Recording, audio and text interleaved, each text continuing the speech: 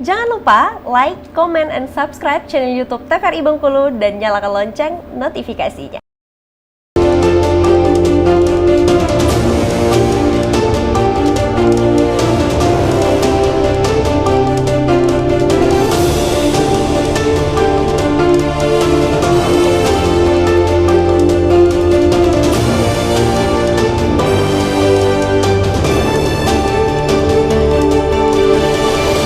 Ya, Assalamualaikum warahmatullahi wabarakatuh. Selamat sore pemirsa TVRI Bengkulu dimanapun Anda berada.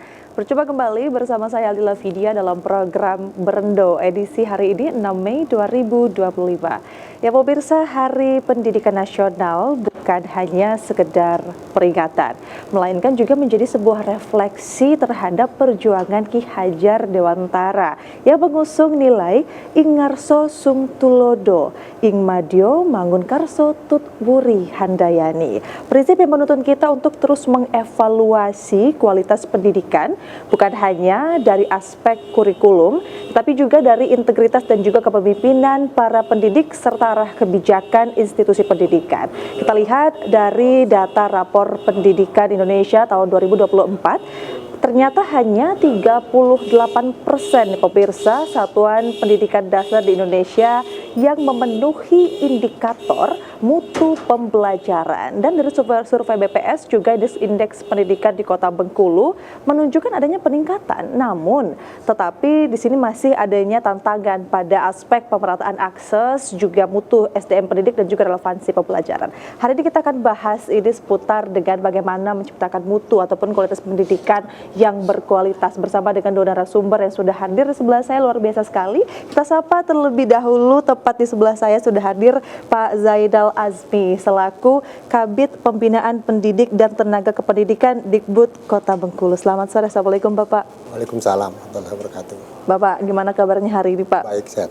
Alhamdulillah sehat. Ada pemirsa, kita informasikan tadi bahwasannya Pak PLTKD siapa yang mau hadir, namun beliau berhalangan hadir. Terima kasih Bapak sudah menyempatkan waktu hadir. Hari ini kita ngobrol-ngobrol bareng. Ya, pemirsa, kita juga sudah hadir di ujung sana Bapak Herta selaku Kepala Sekolah Dasar Negeri 19 Kota Bengkulu. Selamat sore Bapak. Assalamualaikum. Waalaikumsalam warahmatullahi wabarakatuh. Waalaikumsalam warahmatullahi. Kita berbalas salam ya Pak. Boleh Pak, mungkin disapa-sapa Pak pemirsa TVRI di rumah Pak. Assalamualaikum warahmatullahi wabarakatuh. Pada sore hari ini semoga pemirsa yang ada di rumah dapat menyaksikan dialog di Berendo ini. Semoga bermanfaat dan mencapai tujuannya apa yang diinginkan. Iya, amin ya rabbal alamin. Baik, Bapak, kita berbicara seputar dengan Hari Pendidikan kemarin pada tanggal 2 Mei ya, Bapak ya, tanggal 2 Mei Hari Pendidikan Nasional. Kita melihat bahwa memang pendidikan saat ini menjadi hal yang memang harus ya kita perhatikan sekali nih, karena kita lihat juga bukan hanya dari aspek kurikulumnya Pak, ternyata yang kita lihat pemerataan pun juga ternyata saat ini menjadi hal yang penting. Tapi kalau kita melihat dari tema pendidikan nasional dari Hari Pendidikan Nasional kemarin itu seperti apa? Mungkin pandangan Pak Zainal terlebih dahulu Pak Kabid. Baik, terima kasih. Ya. Jadi di Kota Bengkulu ini ada 428 TK atau PAUD. Kemudian ada 112 SD swasta dan negeri. Kemudian ada 52 SMP swasta negeri dan siswa kita hampir 60.000. Ya. Kemudian guru kita 5.000. Nah, artinya setiap hari itulah mobilisasi anak-anak dan orang tua. Nah, maka upaya-upaya kita ya antara lain dengan Polda juga ada di Mulok itu adalah pengetahuan tentang lalu lintas, sehingga itu jadi betul muatan lokalnya. Jadi jangan aneh nanti kalau orang tuanya nggak pakai helm diingati anaknya, karena memang kita anaknya sudah itu upaya-upaya kerjasama. Kemudian Permendikbud 82 juga tentang bahwa sekolah itu adalah lingkungan anti rokok. Ya, kemudian sehingga ada pamflet-pamflet di situ, ada call center, sehingga kalau dulu melarang rokok itu nggak bisa dicegah karena gurunya merokok. Sekarang nggak boleh, guru pun nggak boleh merokok. Dan tidak ada pamflet rokok dan tidak ada di warung-warung jual rokok. Dan sekarang alhamdulillah sudah berhasil gitu kan. Nah, itu antara lain upaya kita untuk meningkatkan mutu pendidikan. Dan kita selalu memperhatikan sekarang sudah kita angkat P3K itu guru dari dulunya honor boss itu 1.101. Iya. Nah, sekarang sudah diangkat menjadi 955 orang P3K. Kemudian masih sisa 200 sampai 300 orang lagi yang belum kita angkat. Tapi perlu diketahui bahwa setiap tahun guru dan pengawas itu dan kepala sekolah pensiun hampir 90 orang setiap tahun. Jadi PR kita tuh ini belum selesai, nambah lagi pensiun. Pensiun ini sampai tahun 2029. Hampir rata-rata 80-90 orang pensiun. Kenapa itu memang ekstrim? Memang itu waktu diangkat itu dulu zaman Pak Soeharto, Impres itu kan ekstrim mengangkat guru dan banyak sekolah-sekolah Impres. Nah, ini saatnya mereka pensiun.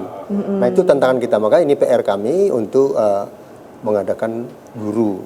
Sementara kita tidak boleh mengangkat guru honor lagi dalam proses mengangkat P3K ini. Iya. Sudah tidak ada lagi ya Pak ya, Iya, kabar sementara untuk ya. P3K. Nah, kita mungkin beralih ke Pak Herta yang setiap hari ya Pak ya bertemu dengan anak-anak, kita melihat untuk pendidikan saat ini khususnya di sekolah dasar itu seperti apa Pak fenomena yang terjadi? Sesuai dengan tema kita, rangka memperingati Hari Pendidikan Nasional, bagi kita yang di lapangan dengan adanya peringatan Hari Pendidikan Nasional ini antusias anak-anak luar biasa. Jadi kita di sana kita bisa menyelipkan pendidikan sejarah yang mana disampaikan tadi ini adalah cikal bakal dari pendidikan ini dari Ki Hajar Dewantara. Iya. Kita yang dikatakan tadi Ingarso Suntulodo, Ingandio Mohonkaso, Tut Uri Handayani. Betul. Sebenarnya kalau di sekolah dasar itu kita pakai ketiga-tiganya, bukan Tut Uri Handayani saja. Ketiga-tiganya dipakai. Kita di depan mengasih contoh, di tengah kita mengiring, dan di belakang kita mendorong. Jadi ketiga itu kita laksanakan di sekolah. Dengan adanya peringatan hari ini, Hari Pendidikan Nasional ini, guru luar biasa semangat, bangkit kembali gitu, gairah untuk mengajar, mendidik anak, dan anak-anak juga. Dengan kita adanya Hari Peringatan Pendidikan Nasional, anak-anak kita ya terpacu untuk itu. Kita mengarahkan bahwa belajar itu sangat penting, mengingat sejarah, kemudian bisa kita implementasikan ke depannya untuk anak-anak kita, terutama khususnya di SD. Nah, seperti itu dalam rangka. Iya, tapi kalau misalnya kita lihat dari pendidikan saat ini Pak, kira-kira menurut Pak Kepsek ini apa Pak yang paling utama sekali yang perlu kita perbaiki ke depannya Pak? Kalau yang perbaiki sebenarnya banyak, tapi yang utama itu adalah karakter. Oh, karakter. Iya, pendidikan karakter itu, terutama kita SD kan, itu memang harus ditegakkan betul, disampaikan betul kepada anak, bukan sekedar ilmu saja, bukan sekedar pengetahuan saja, tapi karakter itu yang paling penting saya rasa untuk sekarang ini kan, karena kita ya banyak kita dengar bahwa pendidikan ini sudah bukan saja anak didiknya, gurunya saja. Kalau kita lihat di mana-mana karakternya ya sudah banyak yang tidak sejalur lagi dengan itu. Oleh karena harus itu memberi contoh tadi ya Pak ya. Sangat penting sekali. Karena tadi 3 dari Ingarso Suntulodo, Ingandio Mohonkaso, Tut Uri Handayani itu harus memang kita tiga-tiganya harus kompleks sebenarnya ya Pak ya. Nah, kalau dari pihak dinas sendiri Pak, seperti apa mungkin dari Pak Kepsek kan tadi mengatakan yang paling diutamakan saat ini prioritasnya adalah karakter. Upaya dari pihak dinas untuk perbaikan karakter ini seperti apa? Peningkatan kualitas ya Pak ya karakter. Ya, baik. Sebenarnya ada konsep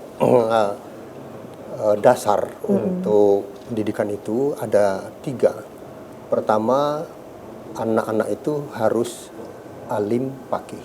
Alim itu adalah berilmu, faqih itu paham terhadap agamanya. Nah, kalau Islam paham dan Islamnya, nah, Kristen paham Kristennya, Buddha. Nah, dampak dari itu mereka kedua atau akhlakul karimah, sehingga akhlaknya baik. Nah, tidak mungkin melawan orang tua, karena dia tahu masalahnya, kan dia tahu dosanya. Nah, kemudian yang ketiga, mereka harus mandiri. Mandiri itu adalah ilmu sekolah itu, ilmu skill. Jadi anak itu komplit atau orang tua akan bangga punya anak alim, faqih, akhlakul karimah dan mandiri. Nah, ini konsep dasar pendidikan dan tidak hanya kepada anaknya juga termasuk guru itu, nah, itu harus mencontoh itu. Ya, tuh. Iya. Bukan juga kami juga mensosialisasi konsep-konsep kerukunan karena kami juga di pembinaan guru. Iya. Bahwa kita itu pertama harus terampil bicara yang baik. Gurunya dulu ya, Ya, Pak ya. gurunya. Betul, betul. Jadi anaknya ikut, kemudian sabar. Sabar yang kedua, keporong ngalah, rebutan ngalah, yang waras ngalah. Gitu kan?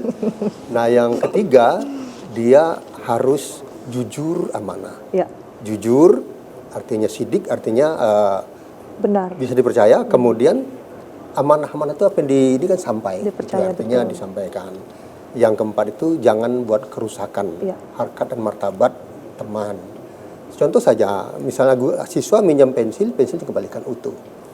Nah, kalau guru minjam motor, motornya dikembalikan utuh, diisi minyaknya. Itu dengan hal kecil itu dijaga komitmen. Betul. Kemudian kelima, jaga perasaan dan saling perhatian. Saling Ini menghargai. konsep-konsep yang selalu kami sosialisasikan terhadap guru, terhadap anak, termasuk untuk anak sendiri tadi yang 3 konsep pendidikan itu.